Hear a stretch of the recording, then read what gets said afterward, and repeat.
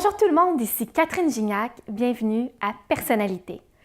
Cette semaine à l'émission, je reçois un as de la scène, l'auteur, compositeur, interprète, percussionniste et danseur Bobo. Originaire de la Côte d'Ivoire, Bobo a foulé les scènes de l'Afrique de l'Ouest, de l'Europe, du Canada, des États-Unis et du Mexique. Son répertoire est principalement composé d'afro-reggae et il s'inspire des rythmes festifs des traditions ouest-africaines. Alors que ce soit en français, en anglais, en baoulé ou en malinké, Bobo nous convie à la fête grâce à son énergie communicative et rassembleuse. Sans plus tarder, je vous présente Bobo, notre personnalité de la semaine. Bonne émission!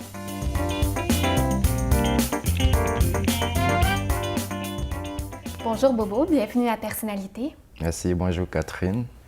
À travers tes chansons, tu parles beaucoup de tes racines et tu es originaire de Côte d'Ivoire. Parle-moi un peu de ce que tu retiens de ton enfance en Côte d'Ivoire. En Côte d'Ivoire, durant mon enfance, en ce moment, c'était la belle époque, si je peux m'exprimer ainsi. Il y avait beaucoup la joie, on était vraiment très, très paisible. Ça, je retiens beaucoup de ça. L'entente entre tout le monde et tout ça, oui. Et est-ce que c'est en Côte d'Ivoire que tu as commencé à t'intéresser à la musique? Oui, en Côte d'Ivoire, très, très tôt, dans les années 88, je dirais, pendant que je m'intéressais aussi à la danse. Et puis, c'est comme ça, c'est parti. Qu'est-ce qui a commencé? C'est la danse ou la musique? J'ai commencé d'abord par la danse. OK. Oui, par la danse. Ensuite, pendant que je faisais la danse, les compétitions de danse au niveau régional et au niveau national et tout ça, j'avais déjà aussi l'idée de m'introduire à la chanson.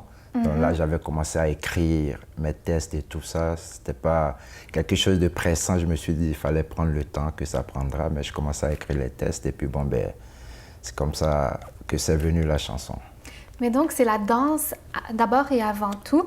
Oui. C'est de la danse africaine? Oui, la danse africaine, j'ai commencé d'abord par ce qu'on appelle aujourd'hui la danse pop, la danse urbaine. C'est par là que j'ai commencé. Ensuite, je me suis joint à une compagnie de danse traditionnelle pour apprendre les danses traditionnelles du terroir ivoirien. OK. Oui. Et qu'est-ce qui te passionnait et qui te passionne encore dans la danse? Ce qui me passionne, c'est les recherches, le fait de savoir que telle danse exprime telle chose, telle danse, on l'a fait à telle occasion.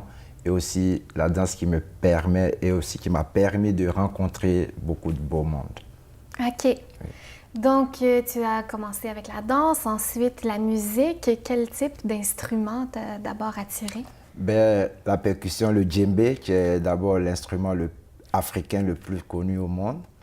Et donc, c'est d'abord, en tant que danseur, vu que je connaissais les rythmes, j'avais déjà un avantage. Hein? C'était un avantage pour moi, je savais chanter les rythmes et tout ça. Donc, je me suis dit, pourquoi pas ajouter la percussion à ce que je fais. Donc, c'est comme ça. J'ai pas eu de maître percussionniste proprement dit. Je suis un autodidacte, j'ai appris moi-même. Et puis, c'est comme ça que je suis arrivé. Comment tu as réussi à apprendre ça par toi-même en faisant des tests, des essais, en écoutant des grands En fait, j'essayais de reproduire les rythmes de danse traditionnelle que je connaissais. Donc, je m'entraînais pour savoir que quand je frappe, il faut que mes sons sortent plus fort et plus clairs. Et j'écoutais aussi d'autres grands percussionnistes jouer, que ce soit avec un CD ou en show live.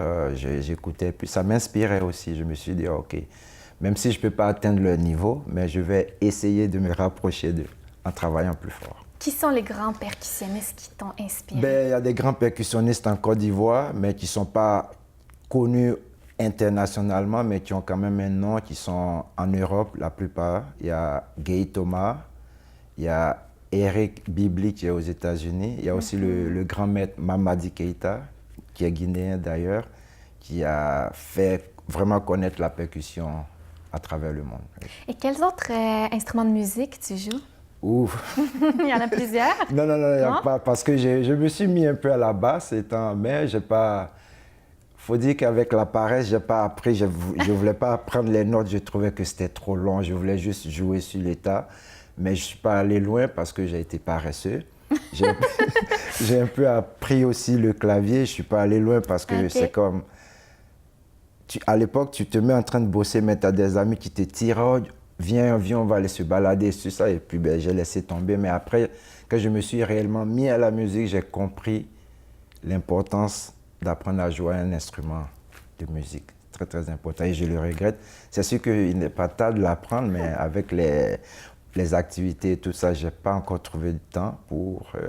Ah oui, tu es de plus en plus occupé. Exactement, c'est ça. Mais tu parles de la fête, de tes amis qui t'amenaient à faire la fête. Ta musique est d'ailleurs très festive. C'est Merci. important pour toi, la joie, l'énergie, la fête? Oui, c'est important parce que moi, je suis d'abord une personne très joyeuse et j'aime ça quand tous ceux qui sont autour de moi sont joyeux, ils sont heureux parce que je ne sais pas c'est quoi le stress. Souvent, les gens me disent « Oh, moi, je suis stressé et tout ça ». Je dis « T'as pas à être stressé parce que peu importe que tu sois stressé ou pas, il faut que tu vives. Donc, il faut que tu sois au-dessus de ton stress. » Et moi, je ne suis jamais stressé. J'ai toujours été au-dessus de quels que soient les problèmes, les difficultés. Donc, j'ai été toujours joyeux. Ah oui, et qu'est-ce que tu aimes de la scène, Bobo? Ben, la scène me permet, c'est-à-dire après chaque spectacle, peu importe quand je retrouve ma famille, mais je sens qu'il y a un manque, il y a un vide. Parce que quand tu es sur la scène, il y a quelque chose de magique qui est quand même difficile pour moi à exprimer. Mais je sais qu'il y a une magie sur scène, le fait de voir des personnes, pas forcément qui dansent, mais qui apprécient la musique, tu sens la joie sur leur visage, ça apporte encore un plus à l'artiste. C'est de la musique sur laquelle on peut danser facilement aussi. Exactement, de la musique sur laquelle on peut danser, la musique sur laquelle on peut simplement écouter ou méditer à travers les paroles et tout ça, oui. Et comment on définit ce style de musique? Est-ce que c'est de la musique de Côte d'Ivoire? Ben, la base, c'est typiquement Côte d'Ivoire, sinon musique africaine, avec des sonorités un peu pop ou un peu reggae. C'est pourquoi je dis afro-reggae, parce que c'est pas typiquement reggae comme reggae de la Jamaïque et tout. On met des sonorités africaines dedans pour donner une autre couleur, en fait. OK. Ouais. J'ai envie qu'on écoute un extrait. Donc, on va écouter un petit extrait de Bobo et on se retrouve tout de suite après la pause. Restez là.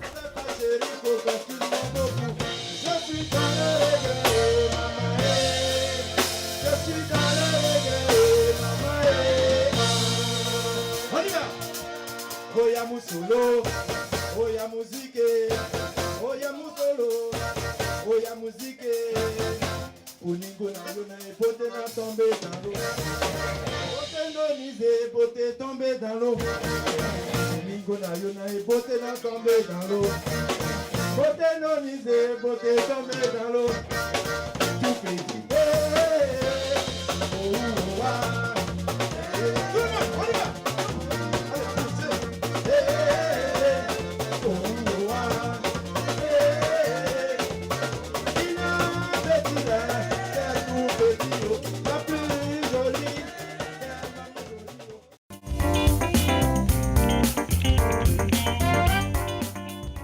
On est de retour à Personnalité en compagnie de Bobo. Bobo, tu es originaire de Côte d'Ivoire. Exact. Depuis quand est-ce que tu es à Montréal? Je suis à Montréal depuis 2007. D'accord. Oui. Et qu'est-ce qui t'a donné envie de venir ici? J'étais venu pour la première fois en 2003 et puis j'ai vu, c'était pendant l'été je crois si je ne me trompe pas. J'ai vu l'ambiance, j'ai vu comment est-ce que les gens, la simplicité surtout des gens et tout ça et je me suis dit tiens ça c'est une ville où est-ce que je dois y être. Et c'est comme ça que je suis arrivé. Et puis d'abord j'étais tout petit, je ne savais pas réellement c'était quoi le Canada, c'était quoi le Québec, mais je me suis toujours dit que mon pays de rêve, c'était le Canada. Ah oui. Et je vais être au Québec. Et tu n'es pas déçu? Je ne savais pas, j'avais aucune idée exactement du gros froid et tout ça. Ah. Mais je ne suis pas déçu. OK, Non, pas du tout, oui. Quelles ont été tes plus grandes difficultés ou les défis que tu as eu à surmonter pour arriver où est-ce que tu es aujourd'hui dans le domaine de la musique? Wow, je dirais, c'est surtout pouvoir s'insérer, sinon s'intégrer. La rencontre, comment est-ce que les bons endroits où il faut se trouver pour rencontrer les bonnes personnes et tout ça, qui peuvent t'aider et tout. Et puis aussi, c'est pas facile au niveau musical aussi. Côté financier, pour gens comme finir de la réalisation de l'album et tout ça, et bon, c'est un peu, je dirais... C'est des défis. Oui. Et qu'est-ce que tu as envie de transmettre au public à travers ta musique, tes chansons? Ben, j'aimerais dire au public que Bobo fait de la musique, c'est bien vrai, c'est pour faire danser, c'est pour égayer, mais au-delà de ça, il y a aussi d'autres problèmes que vivent d'autres peuples en dehors du Canada. Alors, si on pouvait essayer de se pencher un peu sur ce côté, voir un peu qu'est-ce qui se passe de l'autre côté de la rive, je pense on ferait plus attention à ce que nous gaspillons, parce que je vois il y a trop de gâchis pendant que d'autres sont dans le besoin quelque part ailleurs. Ici, c'est comme on est gâté pourri, comme on le dit. Alors, si on peut essayer de s'impliquer plus en aidant surtout les artistes qui sont genre comme des porteurs de messages ou des ambassadeurs pour certaines causes, je crois que ça Et comment aiderait tu plus. t'impliques, toi, dans cette course? Ben, pour l'instant, moi, ce que je sais, c'est à travers ce que je fais comme musique, essayer de promouvoir, essayer de dénoncer. Ça ne veut pas dire que j'ai nécessairement la solution, mais essayer de dire les mots de la société, ce qui ne va pas et tout ça, pour que les gens ils aient quand même un penchant avec tous ces problèmes. Tu en parles à travers tes chansons? À travers mes C'est chansons. un des thèmes oui. qui revient. Oui, exactement.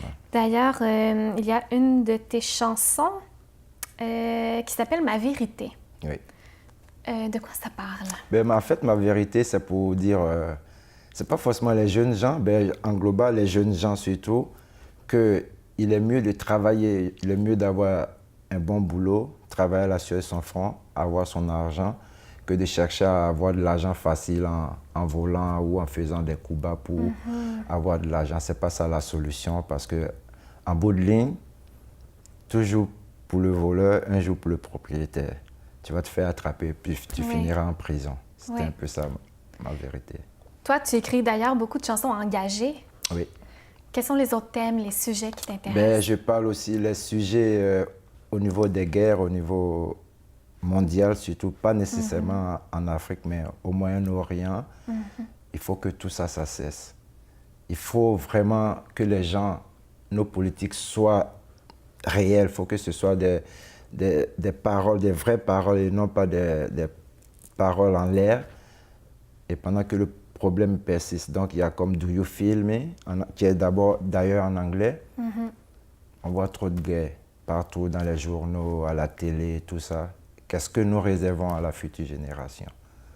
Et je parle aussi de Dougou, Dougou qui est en langue malinké, qui veut dire ma terre, mon village, dans un autre thème.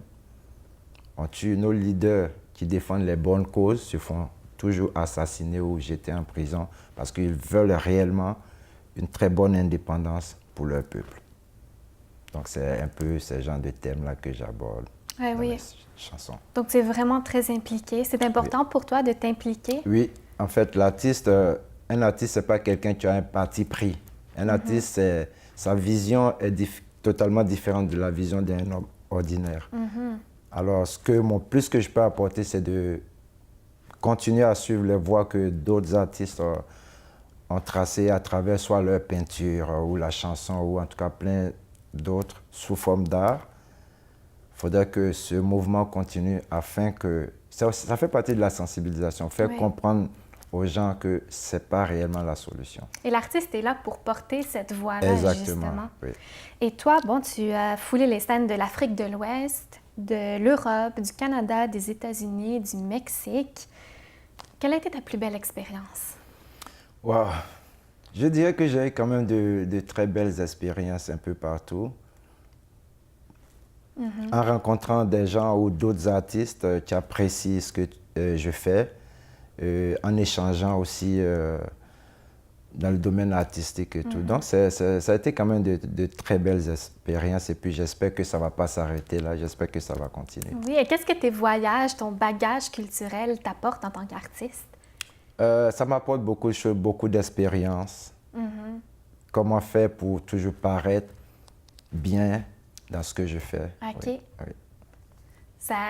Tu arrives à bâtir des ponts entre toutes ces différentes cultures? Exactement. J'arrive à bâtir des ponts, garder toujours un bon contact avec les gens que tu rencontres. Oui.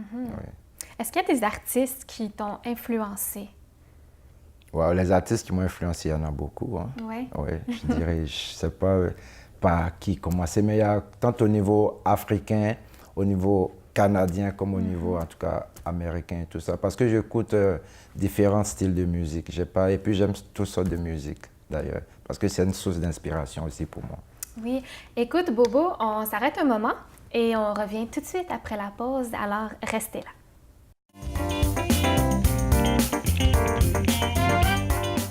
On est de retour à Personnalité en compagnie de Bobo. Bobo, qu'est-ce qui s'en vient pour toi? Sur quoi tu travailles en ce moment? Ben, en ce moment, je travaille toujours sur mon nouvel album qui est sorti depuis novembre passé. Essayer de faire la promotion parce que d'ailleurs, c'est mon tout premier.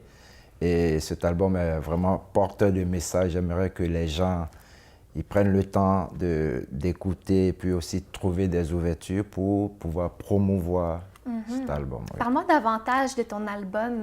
Qu'est-ce qu'on retrouve dessus? Ben, on retrouve tout genre de styles musicaux. Pour ceux qui aiment un peu d'hip-hop, un peu de reggae, un peu d'afrobeat et un peu de musique urbaine. Donc, c'est vraiment... Et c'est toi qui composes tous les textes? Oui, c'est moi qui compose tous les textes. Et l'écriture, comment ça se passe pour toi?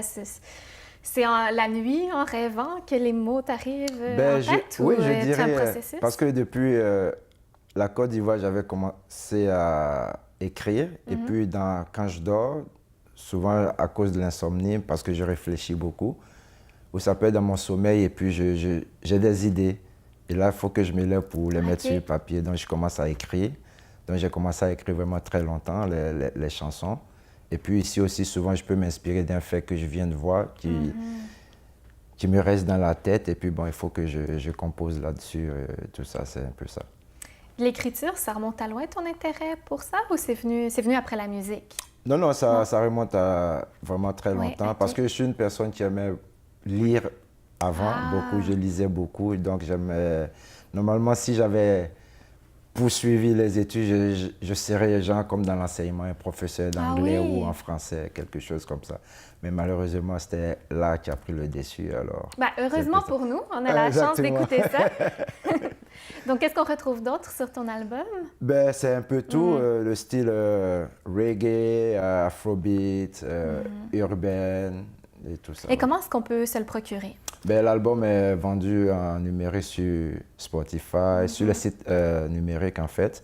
Et puis ben, le physique, j'en ai imprimé pour moi quand je fais les shows parce qu'il y a certaines personnes qui aiment le physique et dédicacé, donc c'est un peu ça. Mais sinon sur Spotify, Google Play et tout ça, oui. Donc, quel est le titre de ton album? Ma vérité. Ma vérité, Oui, de ils Bobo. ont juste à taper Bobo, ma vérité, et puis ben, ils verront. Et il y a aussi un spectacle qui s'en vient au mois de décembre. Exactement. Parle-moi un peu de ce spectacle. Ben, c'est un spectacle parce que normalement, chaque année à Montréal, il faut que je fasse 2 ou 3 spectacles. Donc là, ça va être genre mon deuxième, mais en fin d'année, avant qu'on entame l'année 2019. Alors, c'est aussi pour ceux qui ont manqué soit mon show aux Nuits d'Afrique ou le premier show de l'année au Balatou. C'est une occasion pour eux de venir découvrir ou redécouvrir aussi la musique de Bobo avec des nouvelles chansons. Des nouvelles chansons? Oui, des nouvelles chansons et des chansons aussi qui sont sur l'album. OK. Et ça va être au Club Balatou? Ça va être au Club Balatou le 13 décembre. Le à 13 21 heures. décembre, Oui. parfait. Alors, il faut absolument se procurer des billets pour aller voir ça. Exactement. Donc, c'est une belle occasion d'aller s'amuser, d'aller danser. Exactement, aller se mouvoir et changer d'idée. Oui, une belle invitation à tous pour contrer le froid de l'hiver, Exactement. finalement. Hein? Et qu'est-ce qui s'en vient d'autre pour toi cette année? Ben, cette année, je dirais, en gros, c'est un peu ça. Et puis, j'essaie de travailler toujours sur la promotion de l'album. Ça, c'est le plus gros problème parce que finir un album et puis ne pas arriver à bouger ou promouvoir, ça, c'est quand même difficile. Donc, c'est sur ça que je travaille le plus. Et comment est-ce qu'on peut te suivre? Suivre Bobo, voir les nouveautés, les nouvelles chansons, les albums? Ben, j'ai mon site web qui est bobowilliam.com ou ma page Facebook qui est Bobo Officiel. Et il y a Instagram Toutes les aussi, informations Bobo, sont toutes là. les informations sont là et tout. Parfait. Maintenant, j'ai un petit quiz pour toi. Oui. En fait, ce sont des questions en rafale. Quel est ton plus grand rêve? Mon plus grand rêve, c'est essayer de sensibiliser les gens à travers ma musique. Un pays que tu rêves de visiter. La Thaïlande, La qualité que tu apprécies le plus chez une personne. la simplicité. Ton passe-temps préféré. Regarder les films. Ah oui! Oui. Ah, ben oui, une belle manière de se détendre. Ton principal défaut.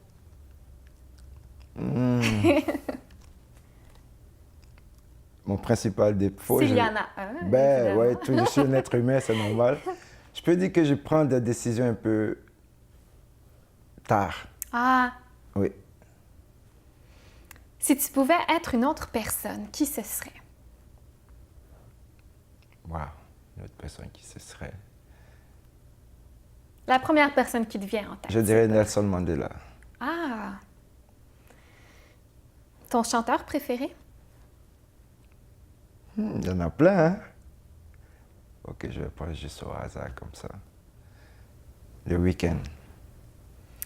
La couleur que tu préfères? Orange. Un personnage historique qui t'inspire? Martin Luther King. Un super pouvoir que tu aimerais avoir et pourquoi? Ben, j'aimerais avoir, comme dans un conte des fées, avoir la baguette magique Ah oui? pour changer le monde. Ah! Ton principal trait de caractère? Je dirais doux. Oui. Écoute, merci beaucoup, Bobo, pour cette entrevue. Merci à vous, On a appris Catherine. beaucoup sur toi. Merci. Alors, merci à vous à la maison et surtout, ne manquez pas le spectacle de Bobo le 13 décembre au Club Balatou. On se dit à la semaine prochaine et on se laisse maintenant sur un extrait de Bobo. À bientôt tout le monde.